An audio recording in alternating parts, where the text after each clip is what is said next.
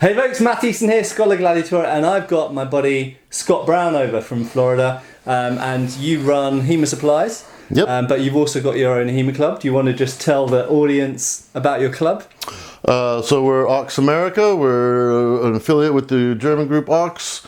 We focus on German sword and buckler of the 133 system. The longsword systems after Lichtenauer, of course, and then we have a now Sunday Super Saber Sunday program where I'm using this to introduce sort of more senior members into how to access manuals, since most of our guys are only singular. What is it? Monolingual. And there are more language. There are a lot of English sources or translated sources into Saber, and a lot of guys were asking for it. So I sort of use this as a mechanism now for introducing them into working with source material. Cool. Okay, so that's and that's Ox America. Correct. And ox means ox. It's the German word for an ox, as in an oxen, which is also a name of one of the guys in the Lichtenauer lineage, and so on and so forth. But what we're going to talk about today, well, in future videos we might talk more about the stuff that Scott does, but what we're talking about here in this video specifically is a product that you're now putting out through your company. And so first of all, tell us a bit about your company and what you do. So HEMA Supplies is kind of what it says on the tin. You know, we supply HEMA equipment. I kind of got pushed into this. That's a funny long story for another video. And so what we've tried to focus on is not just throwing anything at the wall and seeing what sticks, but focusing on importing mostly European products that we know to be good quality. We don't bring everything in because we know some of it's not great quality. And we primarily service North America, but we do ship everywhere. It's just some of the products that we sell. For example, if you live in Europe, there's no point coming to us for a Regenier longsword or a Klobowski sword or whatever. You might as well go straight to them. Although in some cases it might be possible to get something that's in stock from you if you pay a bit more and quicker than it would be if you're ordering. It does happen. Yep, people, they'd rather have it now, and so they will help.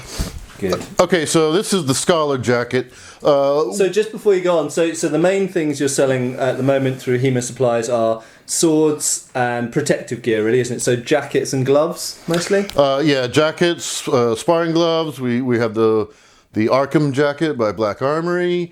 We're the distributor for Klobowski swords, Simon swords, and Regenier Armory. So basically, if you're in America and you want to get hold of, Regenier or Simon Klobowski, don't know how to say it. I'm bad at Polish names, as you guys know, or sparring gloves, stuff like that. So a lot of these kind of top products in the States, you can get them through Scott, and then you don't have to deal necessarily with the import situation and waiting lists necessarily, because Scott gets that stuff in and it's in stock.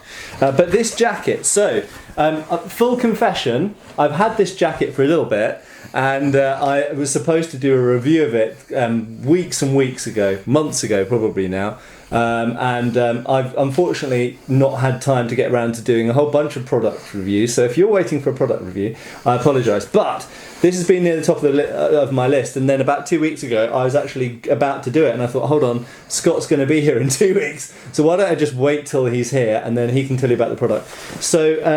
So yeah, tell us about it. This is the Scholar jacket, which you have developed yourself. Well, in conjunction with the manufacturer, obviously. I will put it on because it is fitted to me, and that's why Scott's wearing the mic, in case you wondered. Okay. So there are lots of jackets out there for everyone now, and what we kind of noticed was that HEMA can be an expensive hobby to get into if you want all good equipment.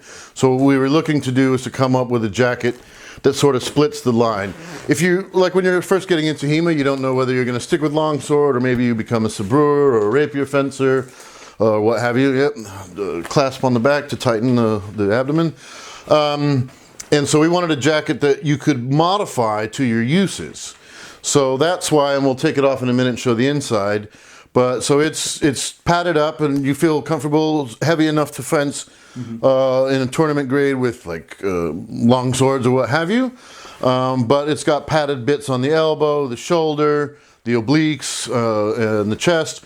And you can remove each of these pieces of padding, cut them down if you want, add double up if you like, with the intention being that, well, if I want a longsword today, but next week I'm going to a saber class and I don't need so much on the obliques, or I don't need so much on the shoulders, you can modify it. So as a user of jackets rather than a developer of jackets, the first thing to say about this, I think, is that it sits within the area of it's a sort of medium to heavy jacket, isn't it? It's not a light jacket. So some people for saber or rapier or things like that are moving to, generally speaking, lighter jackets these days. But because, as Scott mentions, this has got removable elements, this could potentially double up as a light jacket and a medium heavy jacket. But so the first thing to sort of that I would note about it is it's not got so much padding in terms of like squidgy type padding, like layers of fabric inside it, as something like maybe a Spares Axel Peterson jacket, something like that.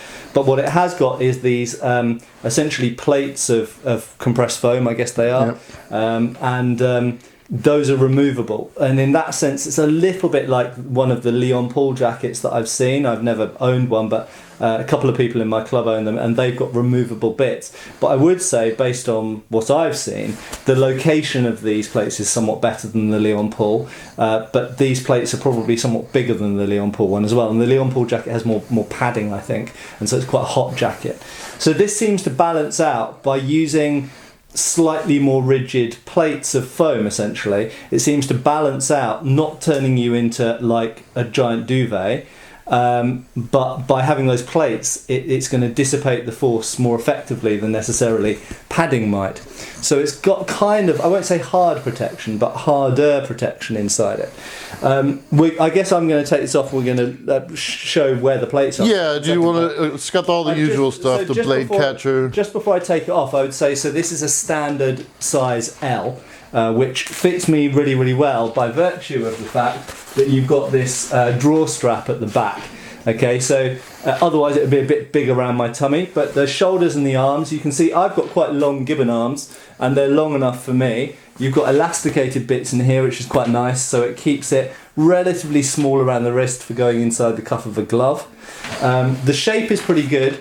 It feels a little bit like it wants to push my arms out here, but I think that's because the plates at the side come a bit too high up for me. Right, so I could cut those. Like you might want to contour those and cut off a bit because of how your arm sits. So they're definitely designed with the intention that you can do a bit of that to a point, obviously. Yeah. But they should have the extra gussets in the arm so that you can lift your arm without raising the whole jacket. It seems like a good quality zip, which some jackets have been well built and had rubbish zips, which is really annoying because the zips break. We made that a priority. So let's have a look at where the plates are. So there's a sort of wicking type fabric inside, which is quite common these days. There's also a fabric I've got to say, in the inside the arms, which is a little bit silky like, which is good when you've got sweaty arms for getting your arms in and out of jackets, because they tend to stick to your arms. So the plates, as Scott said, it's a little bit like a coat of plates actually. You've essentially got two strips down here. You've got shoulder plates. That's what if we just have a look at that, that's what one of the shoulder plates look like. Now personally, I have, with longsword, saber, side sword, anything, I've never personally really felt the need for shoulder plates. So I would probably take those straight out personally. Equally, if you want to lessen the protection on the around the torso, you've got these large plates which come around the side of your ribs around here. You could either reshape them, you could literally cut with scissors, couldn't you? So for me it feels like they come a little bit high up into the armpit, so I'd probably cut them down a bit, take maybe that much off. Or I might remove them entirely for saber. Might not really need them for saber, but there is a separate strip down the front here, so you could still have a central strip here and remove these two here. So basically there's loads of different options, aren't there? Yep. I mean, theoretically, you could even put different plates in here of a different material. You could put hard plastic, you could put hardened steel and turn it into a 9mm bulletproof jacket if you wanted to. If you like. Ceramic plates or whatever, yeah.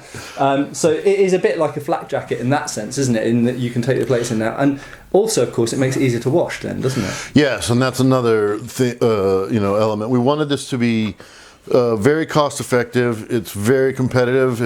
Right now they're like $200, but we wanted it to be low maintenance. So that's $200. So yeah, that's what, about 180 pounds or something. That's pretty good for a jacket but these days. Instead of buying 3 different jackets, you just buy them. Very important. I almost forgot. They've got plates in the arms, okay, that cover the elbows. So for me personally, that's one of the only plates I wear with a jacket when I'm doing sabre these days, is an elbow plate. Well, and it's always falling off or sliding up and down, or sometimes a thrust will come in and go underneath the elbow plate. Yep. It's absolutely great having an elbow plate incorporated actually in the jacket. So I really like that. I've just taken the shoulder plates out. I can instantly feel that's more comfortable for me now. Well, sure, and like any jacket, it's going to take some time to break in. So that's true. And this is I haven't worn this jacket. I mean, apart from trying it on, I haven't worn it for training. I actually meant to, and you tried to get me to. But to be full disclosure, as I've mentioned a few times in recent videos, it's been really hot in the UK recently. So I've been wearing my smelly old jacket for the minimum amount of time possible, and then stripping it off. So for me, taking those shoulder plates out, and there's still padding there. I mean, there's still some decent quilting, That's actually, for me, that's much more comfortable. And I would probably take, I don't know, actually, these side plates are quite good for, you do get some pretty hard hits coming in here from sabre sometimes. So I would experiment with that. Yep. With those plates and stuff. But yeah, it's good quality, the stitching's all good, the finish is good. I like it a lot, it's really good. Cool. So anyway, we've talked a lot about this jacket. I'm going to put the link below to HEMA Supplies for all of your HEMA needs, certainly in America, and perhaps other areas as well. I mean, I guess you do ship worldwide if if the market's there for it. But there are a whole bunch of products on there, but this jacket, I'll put a direct link to this jacket as well. And this is called the Scholar jacket. Scholar jacket. And it comes in different colours. Yeah, we've got a range of colours. And you see this, like for you, I added the gold piping, of course. But you can get black and yellow. Just piping. You can get different colours, white, blue, red, a handful of different colours. I forget them all. Yeah. Probably purple. I'm sure someone wants that. Yeah. So there we go. And yeah, I mean, it seems like a really good quality jacket for me, and definitely for the price, I think it's batting above its, punching above its weight. So anyway, thanks a lot, Scott, and thank you. See you in the next video. Cheers, folks. Thanks for watching. We've got extra videos on Patreon. Please give our Facebook a like and subscribe if you haven't already. Cheers, folks.